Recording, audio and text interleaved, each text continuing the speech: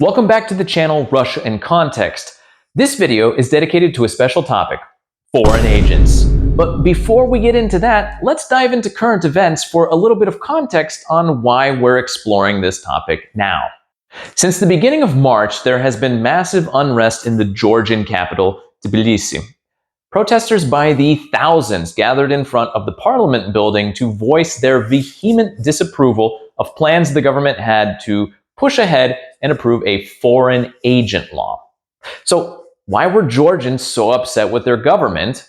What is a foreign agent law? And what does any of this have to do with Russia? The law in Georgia is officially titled On Transparency of Foreign Influence and would have forced all media outlets and non-government organizations that receive more than 20% of their financing from abroad to register as foreign agents. In February, a newly formed political party, Power of the People, put forth the law. A lot of fuss was made of it being less strict than FARA, the US equivalent, only for them to submit a variant almost exactly like FARA a week later. Many began to compare the legislation to similar Russian laws, but those that proposed the bill refuted these claims. On the 28th of February, more than 60 Georgian media outlets released statements of protest, and non-government organizations cried out that these measures would prevent the country from moving closer to their goal of European Union integration. EU representatives even said that the legislation was worrying, and I have to point out that there is no law in the EU for foreign agent status for non-government and non-profit organizations. In fact, Hungary was forced to refrain from such legislation in 2017, so there is precedent for the EU requiring such things. But what about the US? Some of you may ask. Well, in the States, we have FARA. Short for Foreign Agents Registration Act, FARA was put into effect in 1938 to counteract Nazi propaganda, but was later revised in 1966 to only target political lobbying and can only be put into effect if the government proves that an individual or organization is working directly under the control of and on behalf of a foreign government, which is not an easy thing to do. The defendants would have the right to know why the government feels they deserve to be on the list in the first place, and then they would have an opportunity to defend themselves in a court of law. And despite what some people might allege, the US court system is generally fair, and FARA has rarely been applied in the 85 years it's been around.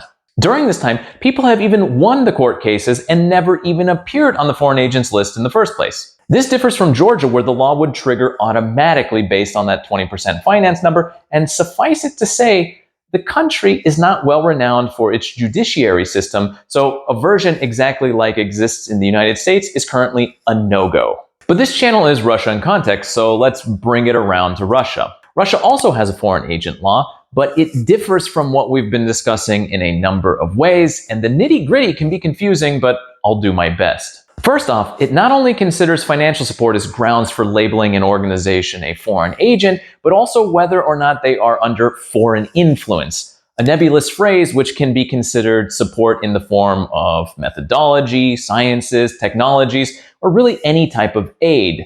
There are no defined criteria, nor is there a minimum for how much or what can be considered foreign influence. That's up to the Department of Justice to decide themselves. When making these decisions, there's also no need to go through court proceedings, they're just handed out. For that reason, people and organizations often don't even know they're being labeled a foreign agent until their name appears in the now weekly updates to the list.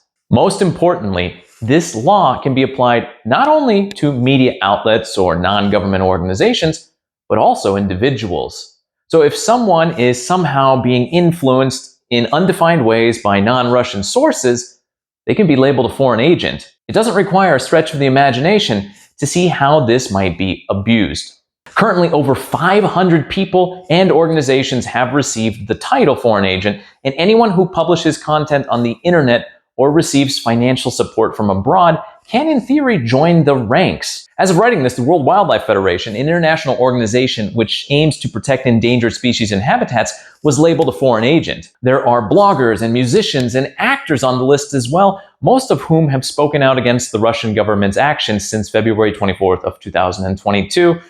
I'll let you draw whatever conclusions from that you want.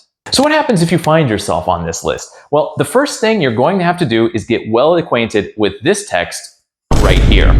What that says is that the following message was created and shared by a foreign media outlet or Russian legal entity in the role of a foreign agent. If one is a foreign agent, that text must be included anywhere they share text. Sharing your opinion on a restaurant in a social media post?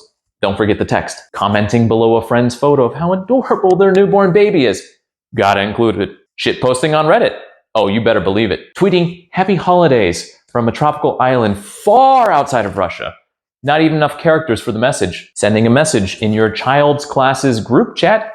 Well, hopefully the other parents don't think that you're trolling them. So what? Some may counter. It just means that those people will live less of a digital life. Ignoring for a moment just how integrated the digital and non-digital aspects of our lives have become, there are additional things that foreign agents in Russia must do. They must all register as legal entities, which means plenty of documentation. And listen, bureaucratic paperwork is not fun in any country, but as someone who has gone through some of those processes in Russia, this can be a form of torture in its own regard. Next, they should hire an attorney for their now yearly audit, which can cost a few $1,000s depending on various circumstances. Then, 4 times a year, they have to submit a detailed form covering all of their expenditures and income. The best part of it all is that there are no explicit instructions for all of these requirements. So you would have no way of knowing whether or not you're doing everything correctly or incorrectly, leaving the door open for possible legal problems down the road. It's near impossible to remove yourself from the list once you're on it, I should note. After all, how can you prove that you're no longer under foreign influence if this has no cut and dry definition?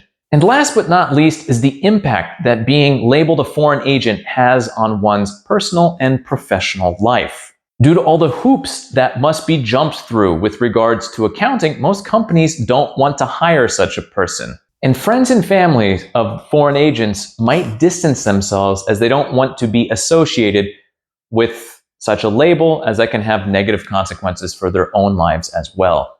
Shifting back to where we started, with all this information in mind and the understanding that A, Georgia's population is not very keen on Russia, the reasons for which we won't be getting into here, and B, the vast majority of the Georgian population wants to join the EU and NATO, so any clear movements in the opposite direction will obviously draw ire from the populace. It's not hard to understand why the legislation was met with such backlash. On the 10th of February, the Georgian government voted against the foreign agent law, and the legislation is currently dead. And while I think that transparency is of the utmost importance in our governments and finances connected to them, there are ways of doing it that also don't leave such legislation open to blatant abuses by megalomaniacs or whoever else may come to power.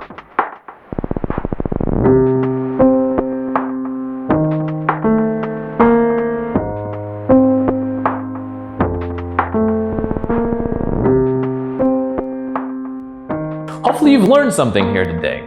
If this was informative or entertaining, I would really appreciate it if you liked the video, subscribe, even share it with anyone else you think might gain something from it. As always, if you have questions or comments, believe I misinterpreted something or even left something out, let me know down below and I'll answer you. Who knows? If it's thought-provoking enough, I might even do a future video based on your comment. For now though, my name is Wyatt and this has been Russia in Context. Thanks for watching.